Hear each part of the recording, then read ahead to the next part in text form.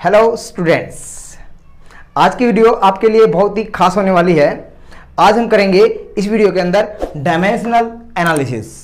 इस वीडियो के अंदर हम दो टॉपिक के बारे में जानेंगे, डायमेंशनल फॉर्मूले और 4 types of quantity on the basis of dimensions.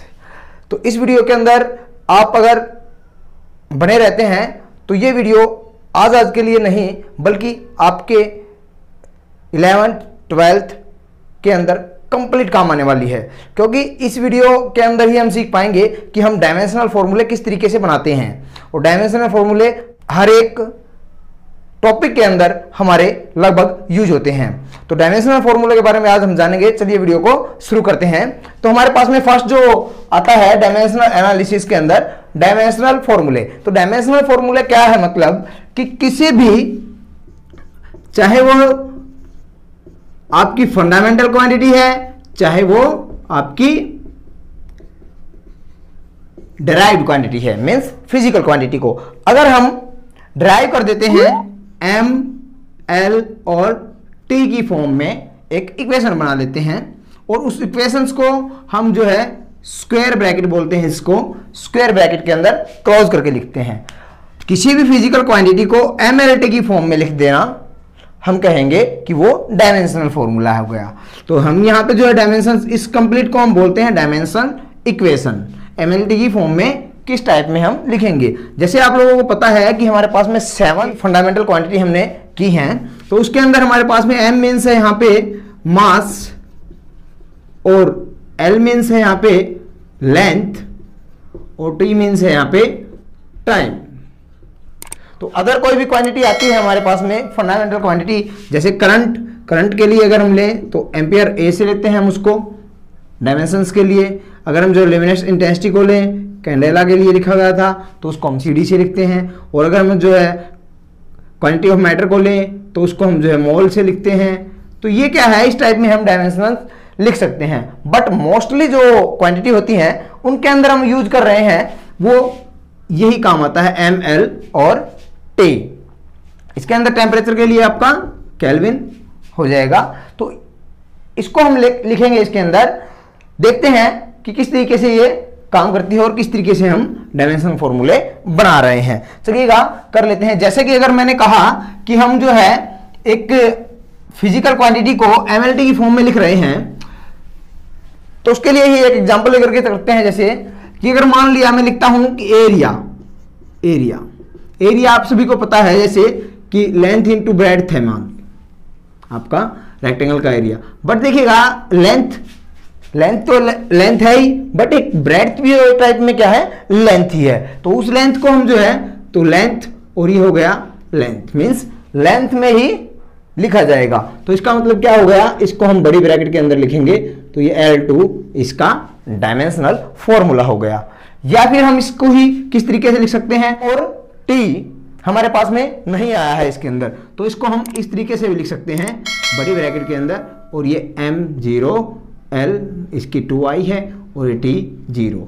तो ये लिखें या ये लिखें, दोनों एक ही बात है। अगर वहां पे कोई भी M और T नहीं लिखा गया है तो इसका मतलब यही है कि M और T की वैल्यू जो है 0 है, उसकी पावर कुछ भी नहीं है, वो इसके अंदर नहीं है। तो चलिएगा ऐसे ही कर लेते हैं हम। वॉल्यूम को हम जिस तरीके से लिखते हैं length into breadth into height. अब आप देखिएगा इसके अंदर क्या है कि ये भी क्या है कि लेंथ है और ये भी लेंथ है। हाइट भी तो एक टाइप में लेंथ में ही काउंट होती है ना, तो इस टाइप में क्या हो जाएगी, ये L इंटू एल इस टाइप में हो गया। तो इसका मतलब हमारे पास में डायमेंशन फॉर्मूला हो गया L की 3, या फिर इसको हम लिख सकते हैं M0 L3 और ये T 0, और यहां स्क्वायर ब्रैकेट के अंदर इसको हम क्लोज करेंगे। तो इस टाइप में आप जो है लिख सकते हैं। एक और लिख लेते हैं जैसे कि डेंसिटी। आप सभी को पता है मास पर यूनिट वॉल्यूम होती है, तो क्या हो जाएगा, मास के लिए m, वॉल्यूम के लिए आपके पास में ये निकाला है, हम यूं का यूं रख दें। अब देखिएगा इसको ऊपर ले जाकर के अगर हम ले जाते हैं तो ये m यहाँ पे 1 है, 1 क्योंकि 1 टाइम्स है मास, तो हम 1 पावर लिखें या ना लिखें एक ही बात है। तो इसको हम ऊपर ले जाएंगे तो ये माइनस में 3 हो जाएगा और टी की पावर कुछ है नहीं, तो इस तरीके से हम इसको लिख सकते हैं। तो ये हमारे पास में आ जाता है डेंसिटी के लिए डायमेंशनल फॉर्मूला। इसी तरीके से अगर हम जो है लिखते हैं वेलोसिटी के लिए, वेलोसिटी क्या होती है, ये होती है डिस्प्लेसमेंट अपॉन टाइम। तो डिस्प्लेसमेंट क्या है, शॉर्टेस्ट डिस्टेंस है बिटवीन टू पॉइंट्स, तो उसको भी हम क्या कह सकते हैं, एक टाइप में डिस्टेंस। और डिस्टेंस क्या है, लेंथ। लेंथ हम L से लिखेंगे, टाइम को हम T से लिखते हैं, तो टाइम को हम T से लिखेंगे। तो हमारे पास में डायमेंशन फॉर्मूला बन गया LT-1, या फिर इसी को हम क्या लिख सकते हैं, m0 LT-1। तो ये है डायमेंशन फॉर्मूले लिखने का तरीका। कुछ और लिख लेते हैं, 2-4, आप लोगों को सही तरीके से समझ में आ जाएगा। देखिएगा, इससे आगे हम चलते हैं। अगर मान लेते हैं कि हमारे पास में लीनियर मोमेंटम है, ये आप लोगों ने टर्म पढ़ रखी है पहले ही 10th क्लास तक, इसलिए हम जो है इनको डायरेक्टली यूज कर रहे हैं कि लीनियर मोमेंटम, जिसको हम स्मॉल p से डिनोट करते हैं, ये होता है मास इंटू वेलोसिटी। तो मास के लिए m, वेलोसिटी के लिए अभी निकाला था हमने दो डायमेंशन फॉर्मूला, वो क्या था, LT-1। तो हमारे पास में ये डायमेंशन फॉर्मूला हो गया। देखो ये लिखो, या फिर हम इस तरीके से लिखें, एक ही बात है ये, ठीक है। तो अगर इसकी पावर कुछ नहीं है तो इसका मतलब 1 टाइम्स है, ठीक है। तो ये लीनियर मोमेंटम, इस तरीके से ही हम एक्सेलरेशन लिख सकते हैं। एक्सेलरेशन क्या होती है, rate of change of velocity, velocity का टाइम के साथ में जो चेंज हो रहा है। तो वेलोसिटी के लिए हमारे पास में डायमेंशन आई थी LT-1 और टाइम के लिए हो जाएगी t, तो हमारे पास में बन गई LT-2 और वी कैन से MLT-2। तो इस तरीके से हम जो है डायमेंशन फॉर्मूले लिख सकते हैं। आप फोर्स के लिए लिख ले, फोर्स क्या है, मास इंटू एक्सेलरेशन होता है। तो हम मास के लिए क्या लिख सकते हैं, m, और एक्सेलरेशन के लिए हमें लिख रखा है LT-2। तो इस टाइप में हम जो है डायमेंशन फॉर्मूले लिख सकते हैं। Pressure, force per unit area होता है। अब आप लोगों को पता है फोर्स के लिए हमने लिख लिया है MLT-2, और एरिया के लिए हमने सबसे पहले लिखा था, और क्या था, L2। तो ये ऊपर जाएगा तो क्या हो जाएगा, देखो एक से एक कैंसिल हो गया, और एक कटने के बाद में हमारे पास में प्रेशर के जो डायमेंशन फॉर्मूला आ जाता है वो हमारे बन जाएगा ML-1T-2। तो इस तरीके से आप जो है डायमेंशन फॉर्मूला लिख सकते हैं। सिंपली एक जो है लास्ट हम बता देते हैं, वर्क क्या होता है, फोर्स इंटू डिस्प्लेसमेंट। तो इस यहां पे लिख लीजिए, फोर्स के लिए MLT-2 आया था हमारा, और जो है डिस्प्लेसमेंट के लिए एक L हो जाएगा, तो हमारे पास में हो गया ML2T-2। तो इसी तरीके से हम जो है डायमेंशंस कर सकते हैं। और एक करते हैं एनर्जी के लिए।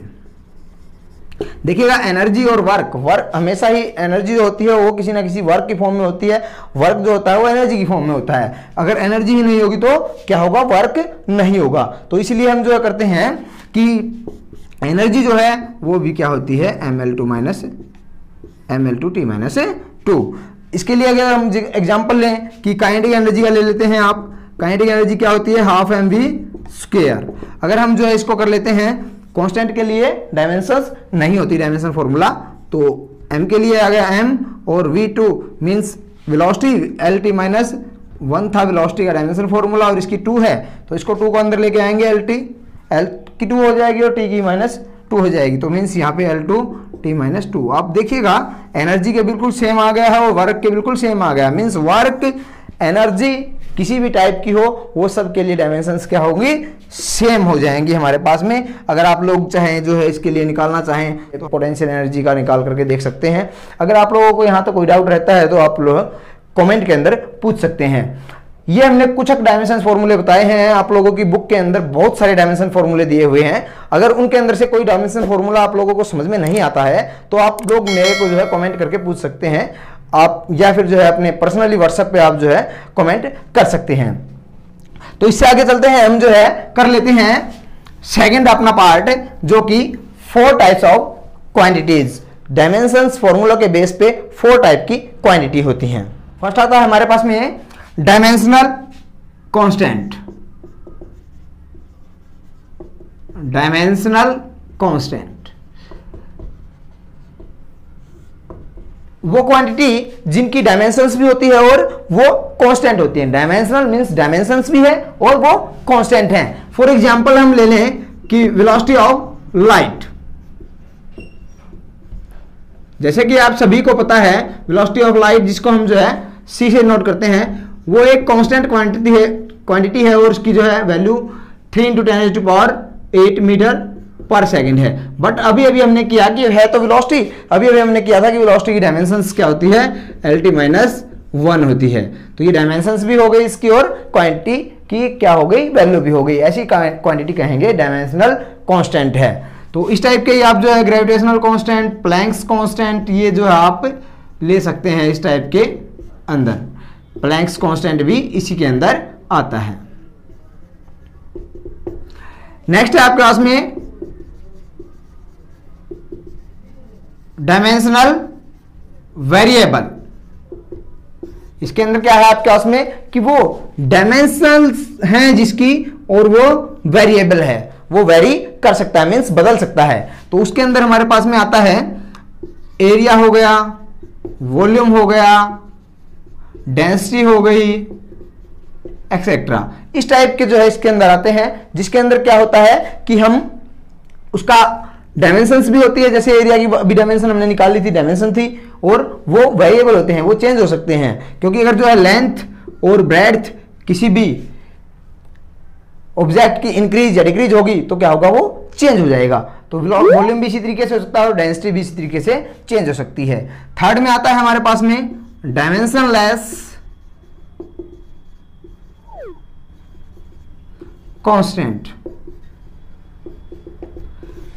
डायमेंशनलेस मींस डायमेंशन नहीं है, जिसकी डायमेंशंस भी नहीं है और वो कांस्टेंट है, तो उसको हम बोलेंगे डायमेंशनलेस कांस्टेंट। ऐसे के लिए अगर हम एग्जांपल दें सिंपली अपने पास में कि 1 2 3 जो भी नंबर हैं उनकी डायमेंशंस भी नहीं होती है और वो क्या होते हैं, कांस्टेंट होते हैं। तो इसलिए हम जो है इस टाइप के कांस्टेंट को उनके अंदर ले सकते हैं, नंबर्स को हम जो है ले सकते हैं। इसके अंदर हम पाई, जिस तरीके से पाई की वैल्यू है, बट जो है क्या है, कांस्टेंट है ना, बट क्या है, उसकी डायमेंशंस नहीं होती है। ऐसे ही आता है हमारे पास में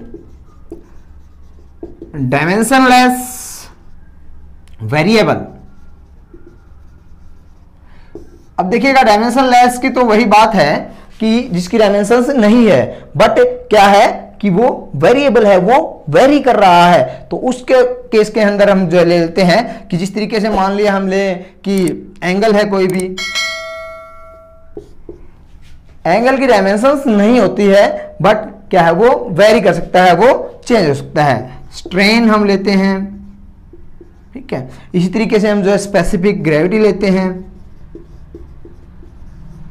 तो इस टाइप के जो हमारे पास में angle, strain, specific gravity etcetera, इनकी क्या होती है, डायमेंशन नहीं होती और वेरिएबल भी ये क्वांटिटी होती हैं। तो इस टाइप की क्वांटिटी के लिए हम करते हैं यूज डायमेंशनल वेरिएबल्स। ये देखो हमने जो क्वांटिटी को ड्राइव किया है एक टाइप में, वो किया है हमने किसके बेस पे, डायमेंशंस के बेस पे। तो डायमेंशंस के बेस पे इस तरीके से हम 4 टाइप में जो है क्वांटिटी को बांट सकते हैं और हम अलग कर सकते हैं। अगर आप लोगों को मेरे द्वारा दी गई जानकारी अच्छी लगी है और पसंद आई है तो आप लोग मेरे चैनल को सब्सक्राइब कर लीजिएगा, शेयर कर दीजिए वीडियो को और लाइक कमेंट करना बिल्कुल भी मत भूलिएगा। Thank you students.